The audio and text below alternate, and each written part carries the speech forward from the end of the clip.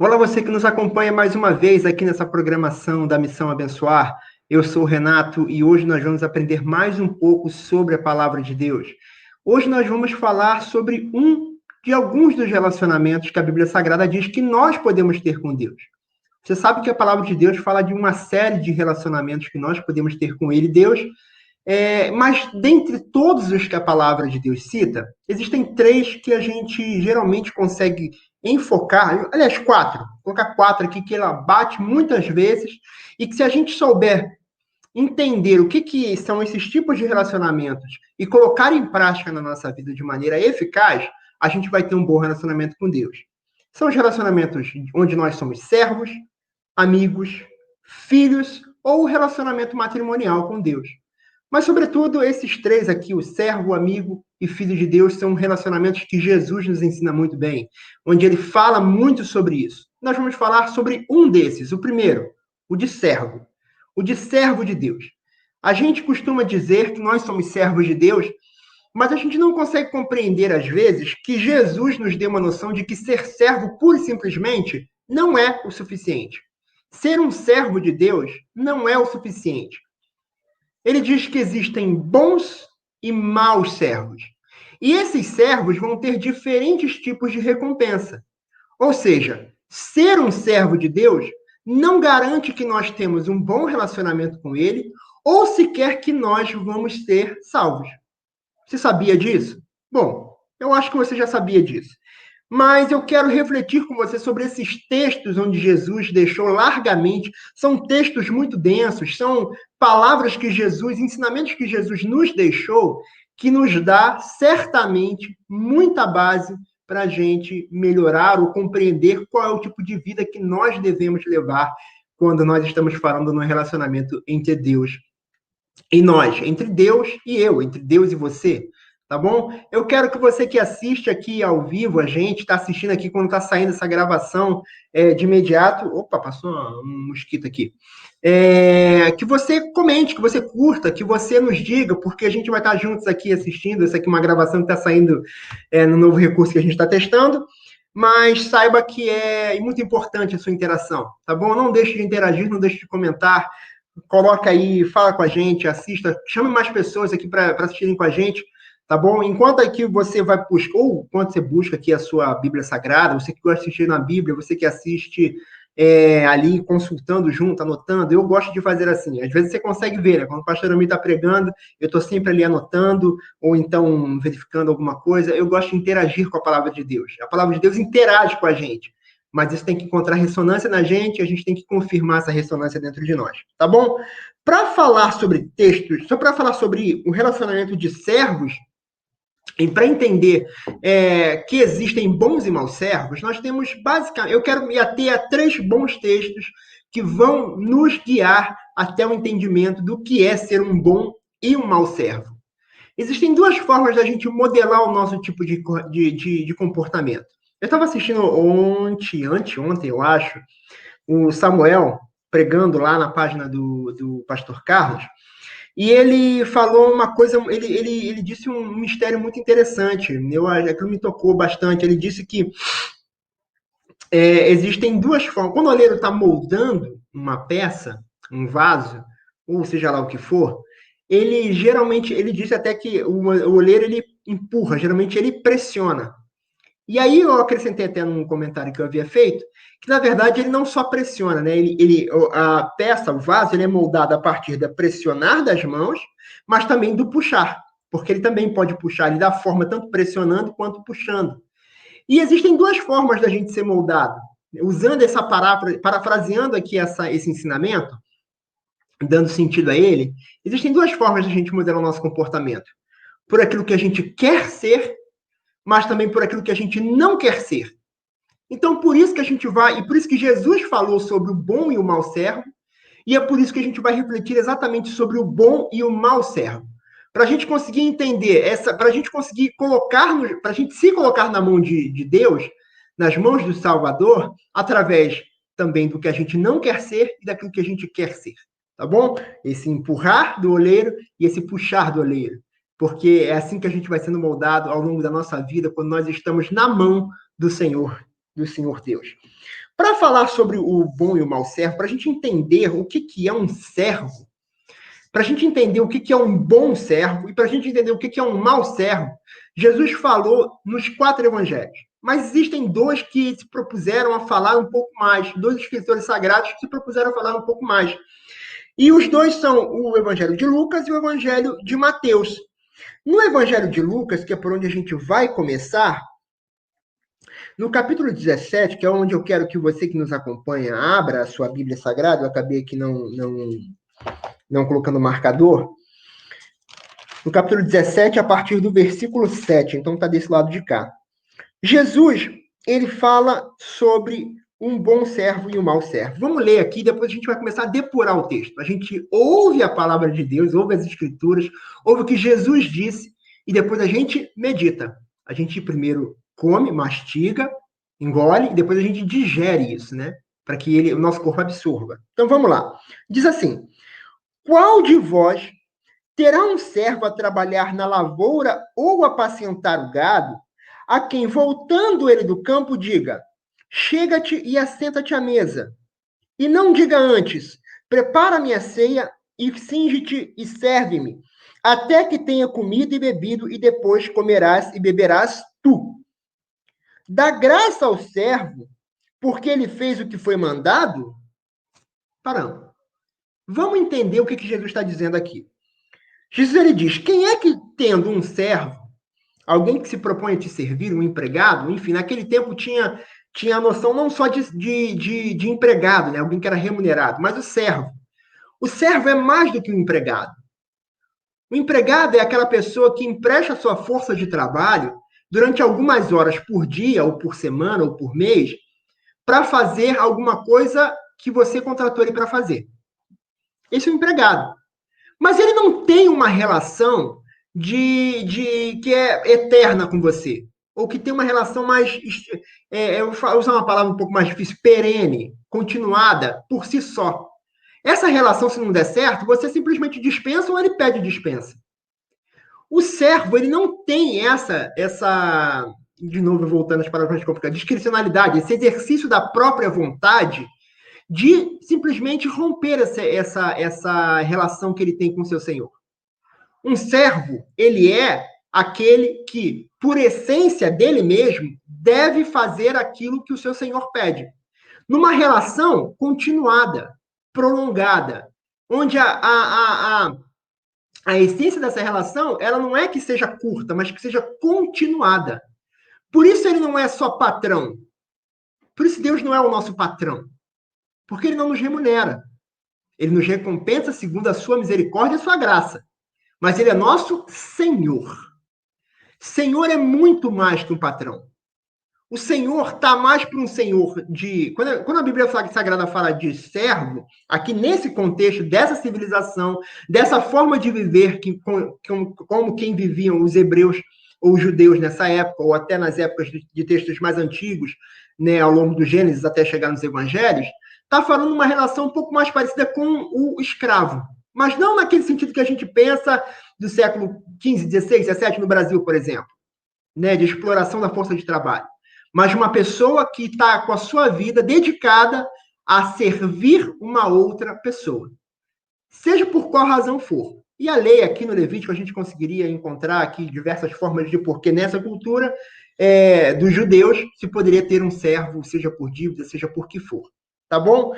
Mas eu quero que você fique com isso na sua cabeça. O servo. Qual de vós, tendo um servo a trabalhar na sua lavoura, ou seja, nas suas posses, e apacentar o seu gado, a quem você, o Senhor, voltando do campo, voltando dos seus afazeres, chega e se assenta à mesa e diz a ele que ele deve preparar a comida desse Senhor, se cingir e servir a ele, se estar digno para servir a mesa, e servi-lo até que o seu senhor tenha comido, você, senhor, né? Tenha comido, bebido, e depois ele sim pode comer. Isso é o que Jesus está dizendo.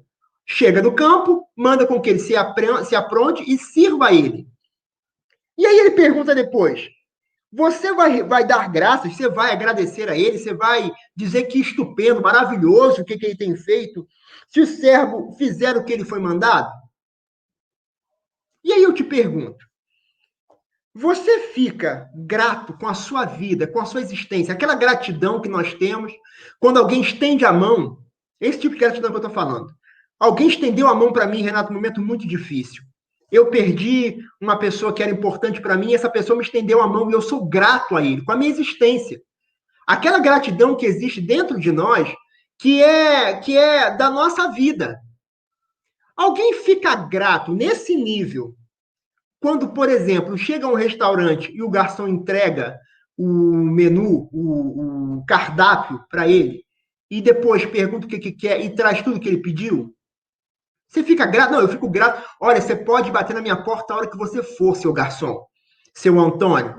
Olha, porque você me trouxe aqui a Coca-Cola que eu pedi. Porque você trouxe aqui para mim o arroz com a carne que eu pedi, da forma que eu pedi, certinho, não errou nada. Olha, você foi educado quando me entregou o cardápio. Você fica com esse nível de gratidão? Essa é a gratidão que você fica? Não. Por quê?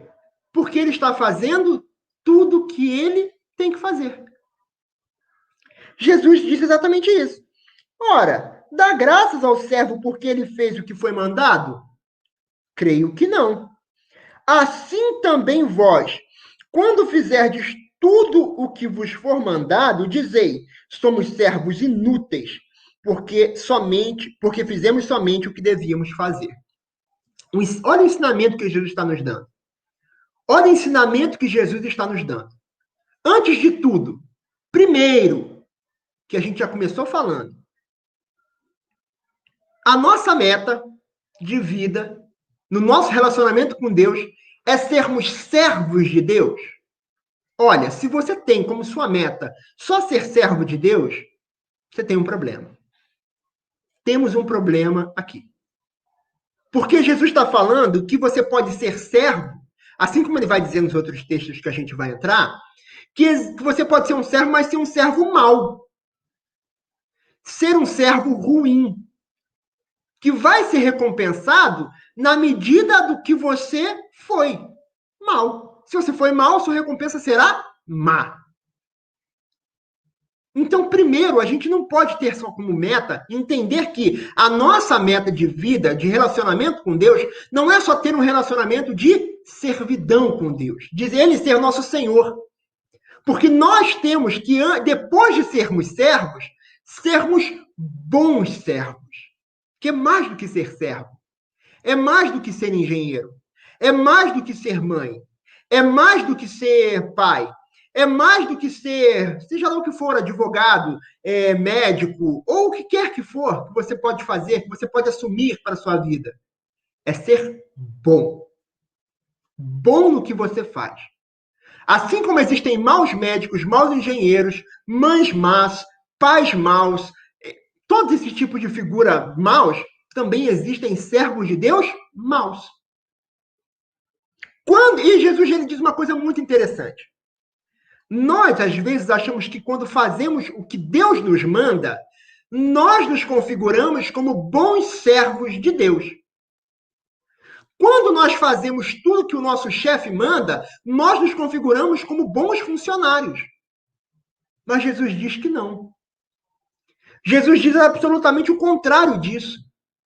Jesus fala que quando nós fazemos tudo que nos é mandado, absolutamente tudo que é mandado, da maneira como foi mandado, na competência esperada do que foi daquele que mandou, nós somos servos inúteis. Veja bem, Jesus aqui ele usou uma palavra mais forte do que mal.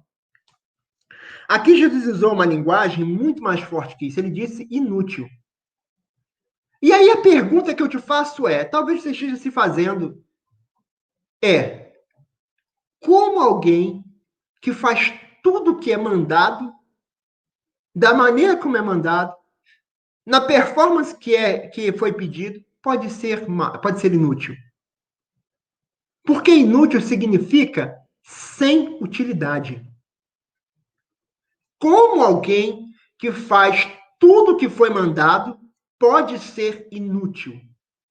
Ora, se no mínimo ele fez tudo o que foi mandado, no mínimo ele é útil. Por quê? Porque eu sei que eu posso pedir alguma coisa a ele, ele vai fazer.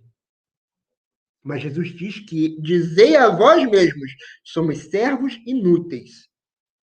Inútil é todo aquele, disse o Senhor Jesus, que fizer somente o que devia fazer.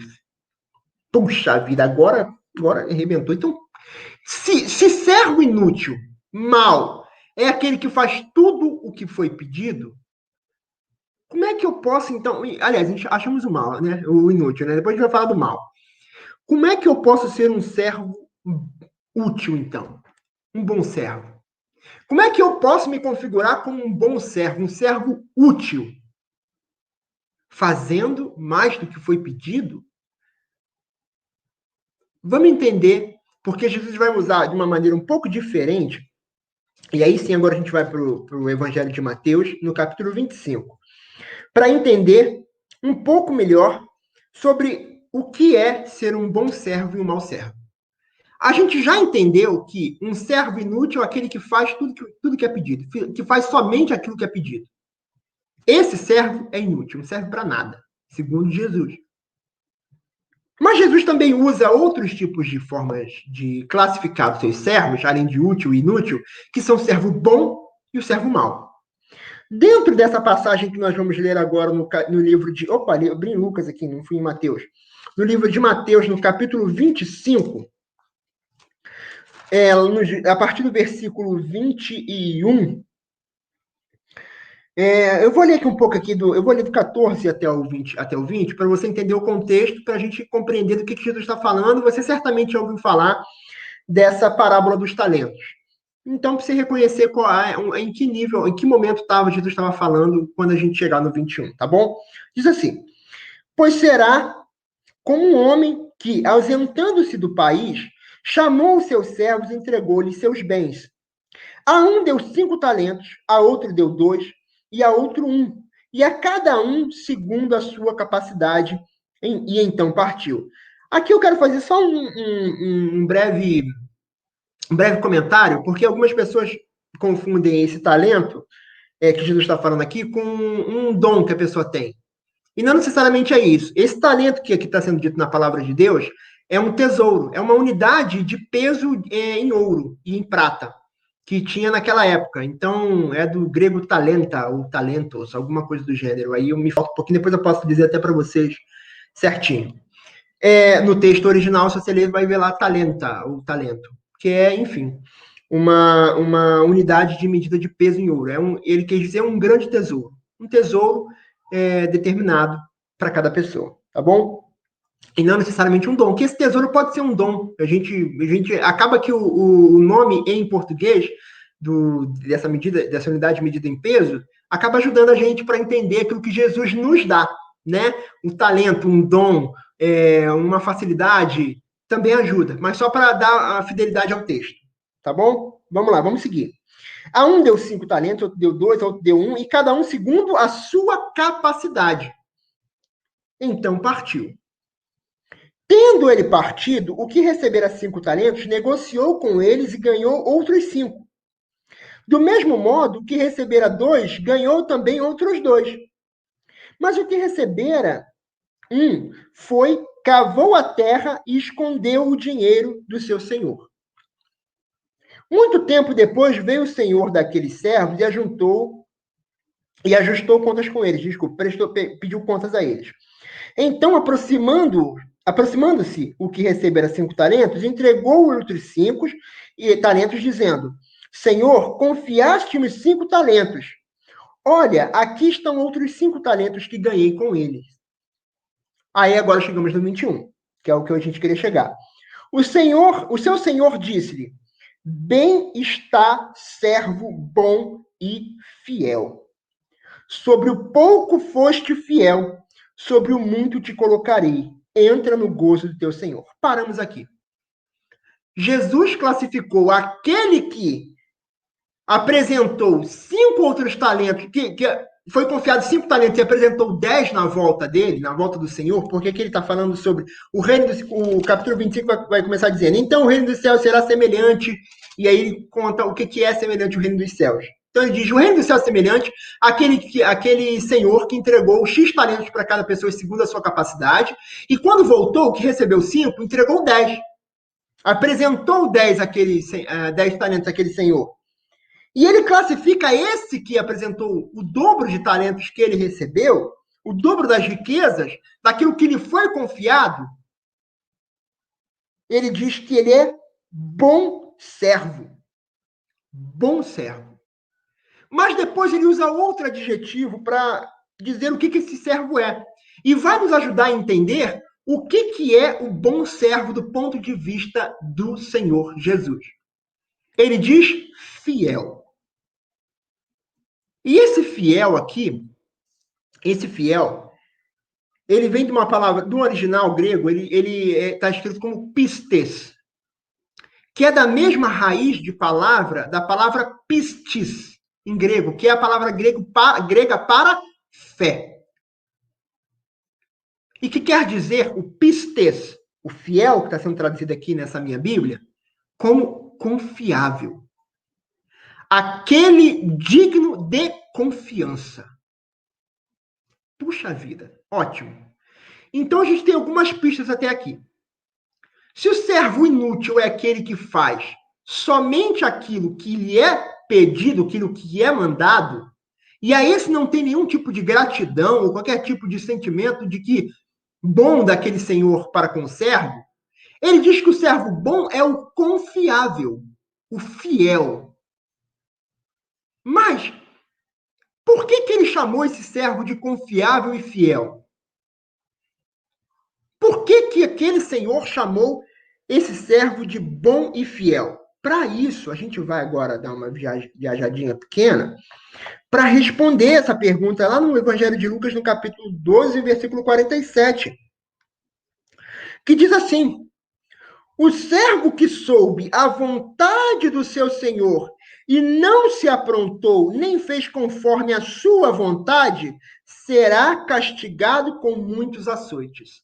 Por que ele chamou aquele servo que chegou com o dobro de talentos, de riquezas, de bens, de ativos que ele recebeu para o seu senhor, entregando de volta ao senhor, de bom e confiável?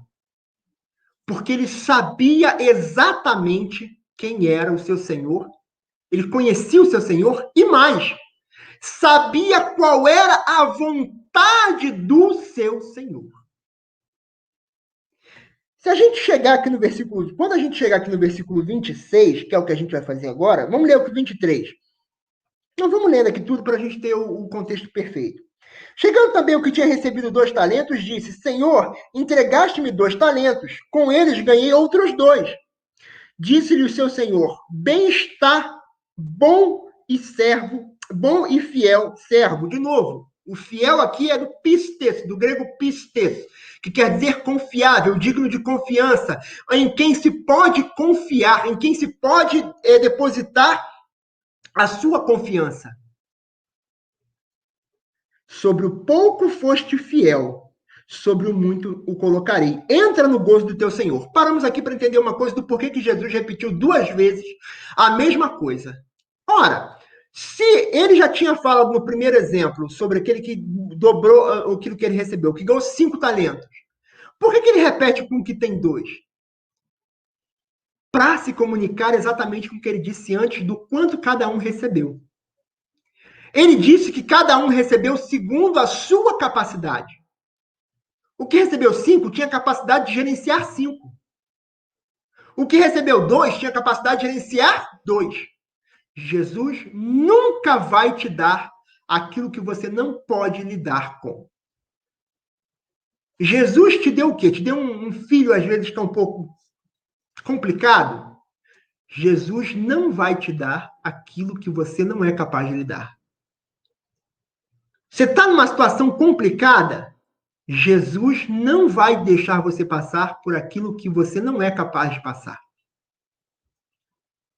Lá no livro de Tiago, ele chega a dizer que Deus a ninguém tenta.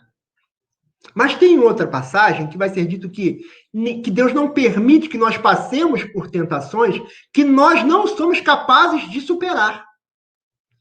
Você não vai passar por uma situação e Deus não vai requerer da sua mão o resultado que você não é capaz de entregar.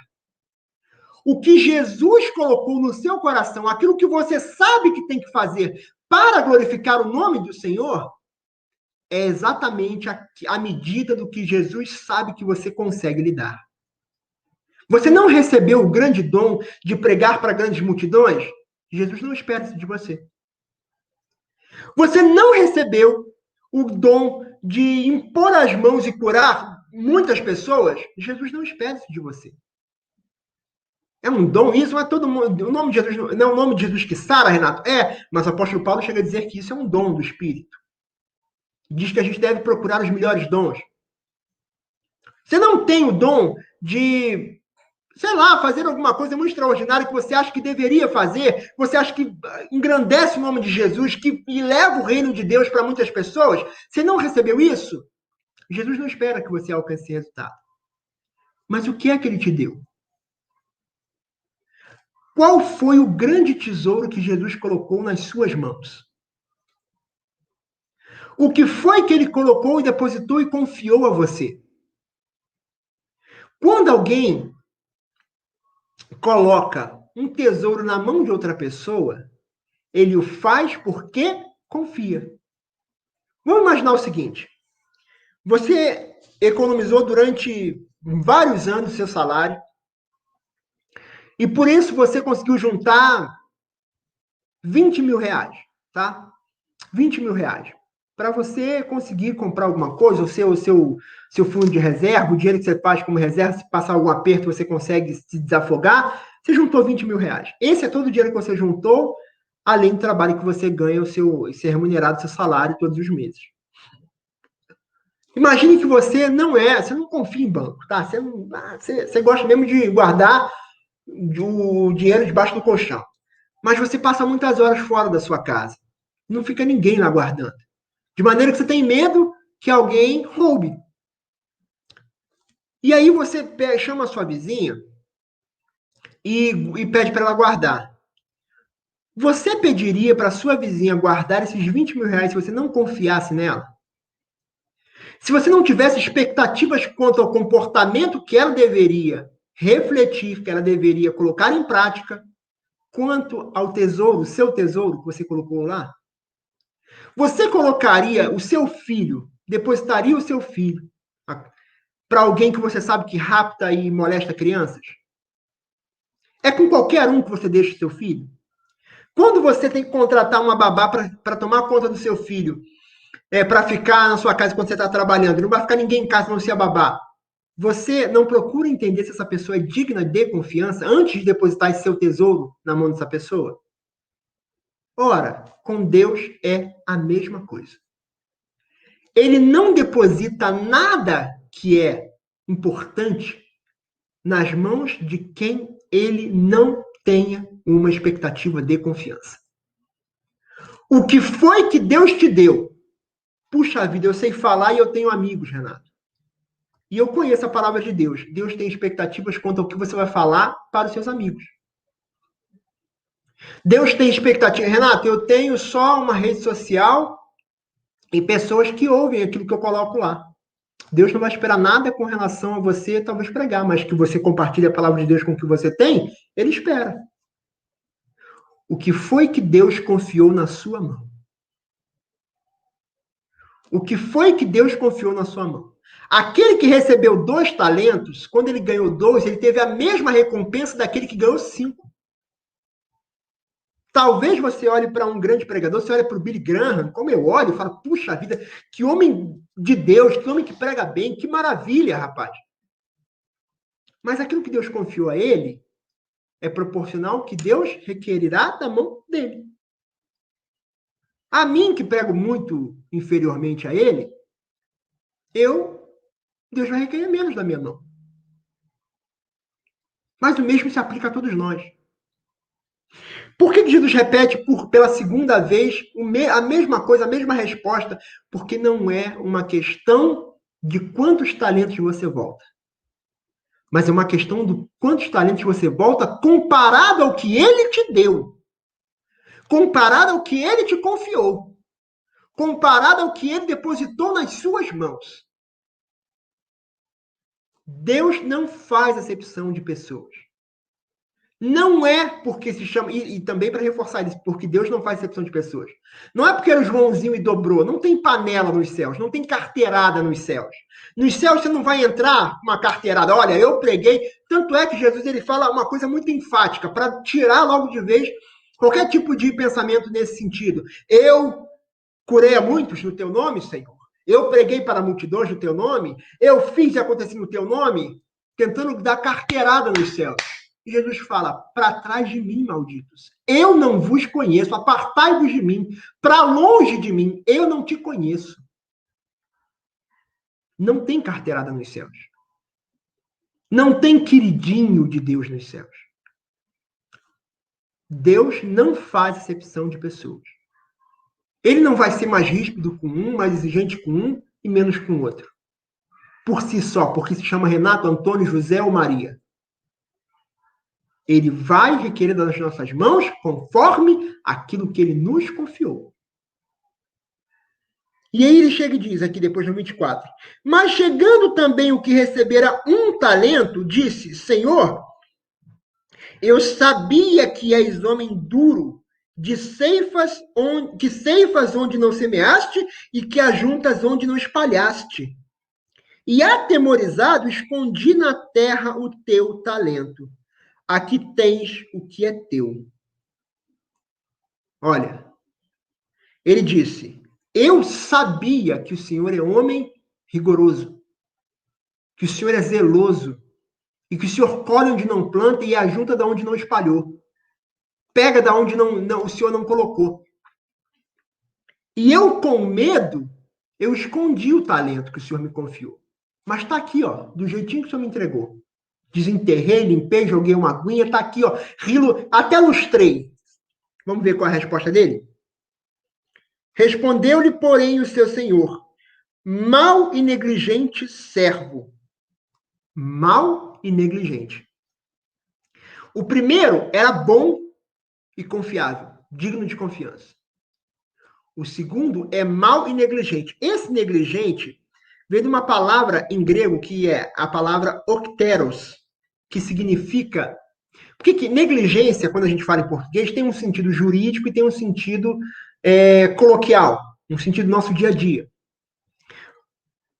A negligência, de fato, significa alguém que ele é, não só, no sentido jurídico, ele é imperito, e não é isso que Jesus está falando. Não é uma pessoa que é imperito, é uma pessoa que não tem a capacidade inata de fazer alguma coisa. Uma capacidade dentro de si própria de realizar alguma atividade. Não é isso que Jesus está falando. É a negligência no sentido coloquial, no sentido do dia a dia, que é o preguiçoso. O que não se esforça. Aquele que enerva a pessoa que confia nele. Eu até deixei, deixa eu ver se está aqui no Octeros. Acho que está aqui, ó. Dentro aqui até do léxico grego, ó, o que diz? O Octeros, lento, indolente, irritante, preguiçoso. Preguiçoso. Servo mau e preguiçoso. Indolente, negligente. Aí vamos continuar aqui para a gente já começar a ir para o fim aqui da nossa meditação. Deixa eu ver, onde é que eu parei, Jesus? Aqui, achei. Devias então ter dado o meu dinheiro. Ah, não, desculpa, 26. Responderam. Porém, servo mau e negligente. Sabias que ceifo onde não semeei e ajunto onde não espalhei? Devias então ter dado o meu dinheiro aos banqueiros e quando o fizesse, receberia com juros o que é meu. Olha só, vamos parar aqui. Como é que começa a confissão de derrota do servo mau e preguiçoso? Ele começa dizendo, eu sabia que o Senhor é muito zeloso. Olha que interessante. A gente falou lá no Evangelho de Lucas, no capítulo 12, deixa eu até voltar aqui para a gente falar junto. 12:47. O servo que soube a vontade do seu senhor e não aprontou, nem fez conforme a sua vontade, será castigado com muitos açoites. Ele sabia. Aquilo que estava invisível, estava oculto, Nos dois primeiros casos, fica cristalino aqui. O Senhor, quando entrega para cada um deles o talento, o tesouro, ele não pede nada, ele não fala nada com eles. Mas eles sabiam qual era a vontade daquele Senhor. Eles sabiam exatamente o que aquele Senhor esperava deles. O que aquele Senhor queria que eles fizessem. Qual era a sua vontade sobre o comportamento deles com que lhe estava sendo confiado. Eles sabiam. Aquilo que era oculto nos primeiros, que parecia só que eles dobraram, não foi a questão de dobrar ou não. Era a questão de fazer aquilo que o seu Senhor queria que fosse feito. Sem que lhe fosse pedido. Se o Senhor deles tivesse pedido que eles dobrassem os tesouros e investissem bem, certamente eles não teriam nenhum tipo de recompensa. Nenhum deles. Mas foi o fato de ter entregue aquele tesouro e não ter falado nada a eles, mas deixado sabendo já aqueles servos com tempo suficiente de convivência, de relacionamento com eles, para que eles soubessem o que é a expectativa daquele Senhor frente aos seus servos, que fez com que eles, quando dobrassem, fizessem o que era desejado pelo seu Senhor, mas não necessariamente pedido, que eles alcançassem a glória e a eternidade. Quando vocês fizerem tudo aquilo que lhes foi pedido, dizei a si próprios, somos servos inúteis. Tem gente que fica a vida inteira parado, esperando com que apareça um anjo do céu para se manifestar em glória e uma incandescência maravilhosa e que tome como sol do meio-dia e que arrepie todos os pelos do corpo para que ele levante o dedinho mindinho. No dia que aparecer um anjo e que te peça qualquer coisa e você só fizer o que ele pedir, o que ele lhe pedir, o que Jesus está dizendo é servo mau, não, servo inútil, dizer a si próprio, servo inútil. Nós, você, meu amigo, certamente que me escuta, você, minha amiga que me escuta nesse momento, você já tem o conhecimento suficiente e o relacionamento suficiente com Deus para saber o que Deus espera de você. Para entender que aquilo que Ele te deu precisa frutificar.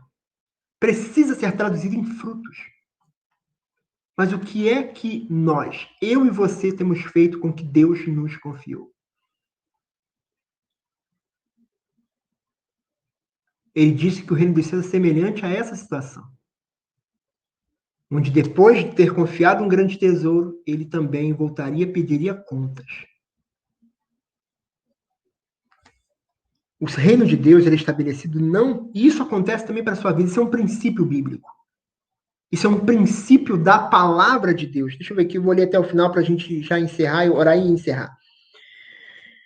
Deveria então ter dado meu dinheiro aos banqueiros e quando eu viesse receberia com juros o que é meu. Pois a qualquer que tiver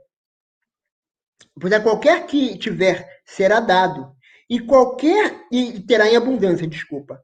Ao que não tiver, até o que tem lhe será tirado. Lançai para fora o servo inútil. Olha só que voltando a palavra inútil. Dizendo que o servo inútil é o servo mau. Nas trevas, ali haverá choro e ranger de dentes. Quando Deus nos confia alguma coisa, nós temos que ele confia que nós vamos ter determinado tipo de comportamento. Eu e você vamos ter determinado tipo de comportamento. Não se engane. Não se engane. Mas ele diz que e a gente às vezes vive só lembra lá do que o Samuel falou lá do pressionar e alongar? E aí eu falei do alongar, completei, né? Completei em cima ele foi o Platão, foi o Aristóteles, pronto. Pronto, né? A soberba já subiu. Tô brincando. Do pressionar e o puxar, tem gente que só vai pelo medo. Só vai modelado pelo medo, pelo não. Mas também tem recompensa. Também tem sim pra gente. Aquele que for fiel, meu amigo, minha amiga, não se esqueça, será posto no mundo, no gozo, na alegria do seu Senhor. Tá bom? Você quer ser uma pessoa bem-sucedida? Você quer ser alguém que vai longe em tudo que você faz? Para ser pregador, para ser obreiro, para ser médico, para ser estudante, para ser filho, para ser o que quer que seja. Faça aquilo que você sabe que a pessoa deseja. Não espera ela te pedir. Entregue mais do que ela te pede. Essa é a lei que o Senhor Jesus nos ensinou. A lei no sentido de conduta, tá bom? Eu quero orar com você, eu quero que você que dividia a sua atenção até esse momento, você estava ali também cozinhando, fazendo a janta, estava ali cuidando do bebê, estava ali, não sei o que estava fazendo, mas estava dividindo a sua atenção. Você não estava 100% só ouvindo, você não estava aqui só comigo. Eu quero que você pare agora, para. O que é que você está fazendo? Para, você não tem mais que dividir sua atenção. Para porque nós vamos orar. E eu quero orar com você. Eu quero que essa oração seja uma oração para você, mas com você, tá bom? Para que a gente dê a nossa primazia para o Senhor Jesus. Vamos falar com Ele. Feche seus olhos onde quer que você esteja. Feche seus olhos agora, porque é momento da gente falar com os céus. Pai Santo, Pai amado, Pai querido, é no nome de Jesus que nós oramos. E nós oramos, Senhor, porque no Teu nome há poder, Senhor. Nas Tuas palavras há poder. E nós precisamos do Teu poder, o poder que está no Teu Evangelho. Dos Teus ensinamentos, ó Pai, que o Senhor nos deixou para que nós tivéssemos a vida em abundância que o Senhor nos prometeu. Essa pessoa que ora comigo nesse momento, Senhor, tem experimentado de um tudo na vida dela. Ela tem experimentado ser, meu Deus, talvez como esse servo mau e negligente. Ou talvez ela, como Pedro exclamou, eu tenho sido, Senhor, um bom servo. Senhor, Tu sabes todas as coisas. Mas eu peço que a Tua ajuda não falte a ninguém. Que a Tua ajuda, Senhor, e as Tuas mãos alcancem todos aqueles que nesse momento clamam comigo a Ti, Senhor. Que pedem a Ti ajuda. Ou aqueles, meu Deus, que têm dito que, apesar de serem servos bons, meu Deus, eles têm tido dificuldades para continuar caminhando. A Tua palavra diz que até os jovens se cansam, mas aqueles que esperam no Senhor, aqueles que permanecem firmes em Ti, Senhor, conforme a fé que o Senhor nos ensina a ter, renovarão as suas forças, voarão como águias, correrão e não se fatigarão, não se cansarão, Senhor. Meu Deus, renova as forças daqueles que oram comigo nesse momento.